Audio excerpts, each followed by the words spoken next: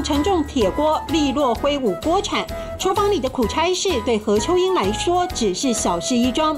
10多道菜从备料到出菜一气呵成，全靠女中后塞一女当官。不管客满什么多少人进来，就我一个人，习惯了啦。你看我这么壮，吃壮一点力气就够。经营餐厅10多年，这位老板娘容不得一丝马虎。专用火炉是大饭店才有的配备，食材当天挑选，还得经过仔细处理，费人力费时间啦。所以你客家菜做得好，就看这一位。经过繁复工序，姜丝大肠全无腥味。另一道拿手菜客家小炒曾拿过料理大奖，光靠猪肉、葱和鱿鱼3项基本材料就风味十足。客家炒肉。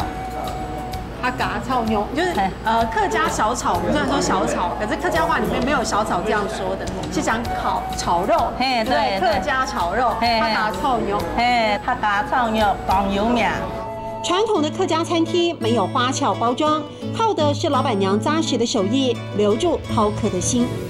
客家炒肉当有名，客家炒肉当有名。